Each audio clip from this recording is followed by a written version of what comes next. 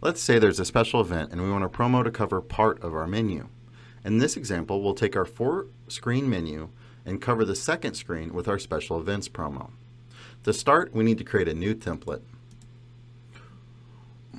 We'll assign our new template to our portrait template test.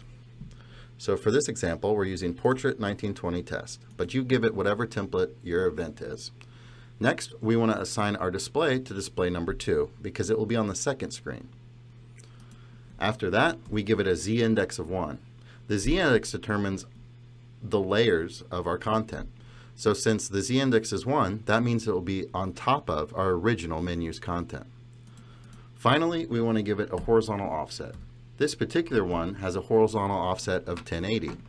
This is because the horizontal offset is the number of screens you are moving over. So from the left over, it's the number of screens you're moving over multiplied by your horizontal resolution. So for this instance, we're moving 1 screen over, and then the portrait horizontal resolution is 1080. So we have 1 times 1080. If we were moving 3 screens over, it would be 2 times 1080.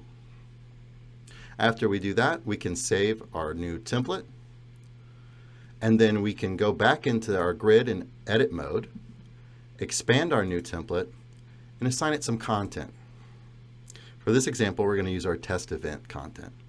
We can also give our promotion a start and end date, or the template itself a start and end date, but for this example, we'll keep it blank. Close out and reload our previewer, and we can see that our special event content is now displaying on top of our menu.